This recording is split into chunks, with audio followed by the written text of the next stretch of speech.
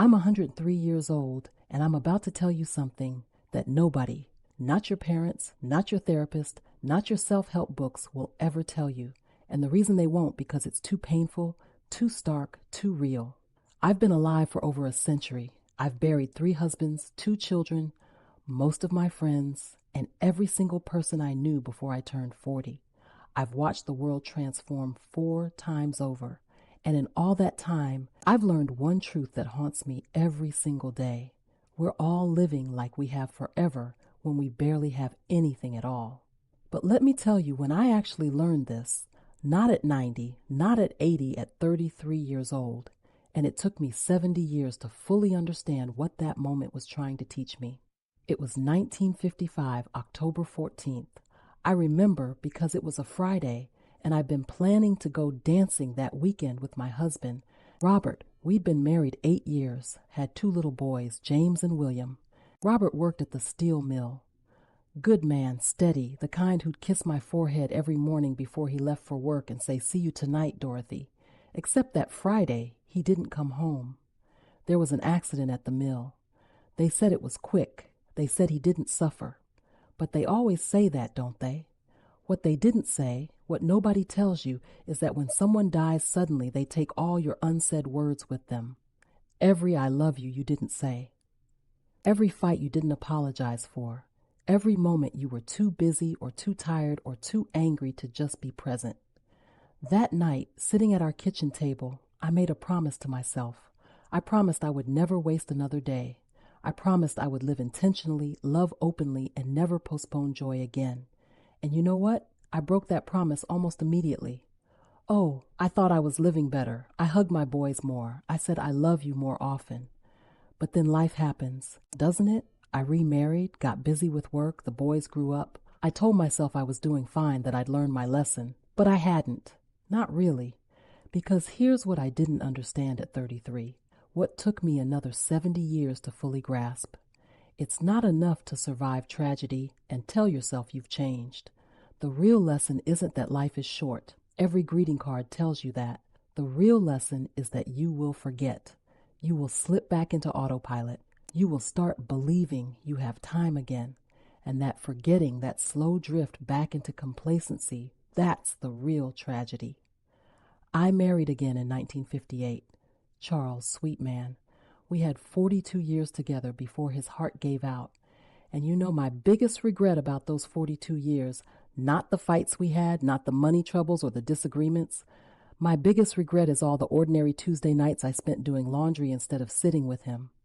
All the times I said, "Not now, I'm busy," when he wanted to take a walk. All the moments I treated like they were guaranteed. Because here's what nobody tells you about living to be my age. You don't just lose the people you love. You lose them over and over again in your memory. Every time you think about them, you remember another moment you wasted, another conversation you were too distracted to fully hear, another hug you cut short because you had somewhere to be. My son William died in 1987. 5 years old, cancer. I was 65. I remember sitting by his hospital bed holding his hand, and he said to me, "Mom, I'm sorry I didn't call more." And I wanted to scream. I wanted to shake him and say, "Why are we apologizing now? Why didn't we call each other every day when we could?" But I didn't say that. I just held his hand and lied. I said we had enough time. We didn't. My third husband, Frank, died 2 years ago, 98 years old. We'd been together 21 years. And even after everything I'd learned, everything I'd lost, you know what I still did? I still sometimes scrolled through my phone while he was talking. I still sometimes sighed when he told the same story for the 10th time. I still sometimes thought, "I'll pay attention tomorrow." There wasn't always a tomorrow. You're young. You're sitting there thinking, "This is depressing." Thinking, "Well, everyone dies eventually." But you're missing the point. The point isn't that everyone dies. The point is that you're acting like you're the exception, like somehow your life will be different, like you'll have time later to live the way you want to live. I'm 103 years old, and I can tell you with absolute certainty, later never comes. You think you'll travel when you retire. Your knees will be shot by then. You think you'll reconnect with your sister after this busy period at work. That busy period will last 20 years, and then she'll be gone. You think you'll start writing that book, learning that language, taking that trip, having that conversation when you have more time, more money, more whatever. You won't, because here's the cruel joke. You do have time right now. You just don't value it correctly. You trade it for things that don't matter. You spend it on people who drain you. You waste it worrying about things that won't matter in 5 years. And then one day, if you're lucky enough to live as long as I have, you'll look back and realize you had all the time you needed. You just didn't use it. I'm not telling you to quit your job and run off to find yourself. I'm not saying ignore your responsibilities. I'm saying something much harder. I'm saying pay attention right now today to what you're actually doing with your one brief, unrepeatable life. Your grandmother, is she still alive? Call her today, not tomorrow, today. Because I'm a grandmother and I can tell you exactly what she's doing right now. Somewhere. Maybe looking at old photos. Maybe just staring out a window, and she's thinking about all the people who don't call anymore, all the grandchildren who are too busy, and she's telling herself it's okay, that everyone has their own lives, that she understands. But it breaks her heart a little more each day. Your parents, if you're lucky enough to still have them, they're not going to be here forever. And when they're gone, you're not going to care about that argument you had 5 years ago. You're not going to care that they were difficult sometimes or that they didn't understand you. You're going to care about all the phone calls you didn't make, all the visits you postponed, all the times you could have just sat with them and didn't. I know this because I am that parent now. I had 2 sons. William died 38 years ago. James is 76 now. He visits every Sunday, rain or shine, Sunday. And you know what? It's not enough. Not because he's not a good son. He's a wonderful son. But because no amount of time is enough when you truly love someone. Every Sunday when he leaves, I watch him walk to his car and I think, will I see him again? At my age, every goodbye might be the last one. And that's not morbid. That's just mathematics. But here's what you need to understand. It's not different for you just because you're young. Every goodbye might be the last one for you too. You just don't believe it yet. I have a great-great-granddaughter. Her name is Sophie. She's 16.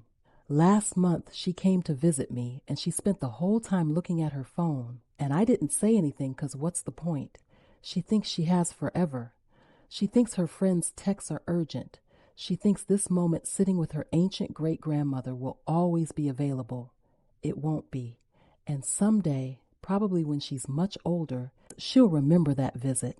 And she'll remember that she spent it looking at her phone, and it will hurt her in ways she can't imagine yet. That's what I want to save you from, that pain, that regret. Not the regret of big mistakes, those you can make peace with, but the regret of simple absence, of being physically present but mentally somewhere else, of treating the people you love like they'll always be there. They won't always be there. I'm not going to be here much longer. I can feel it. Not in a scary way, just in a knowing way. My body is tired.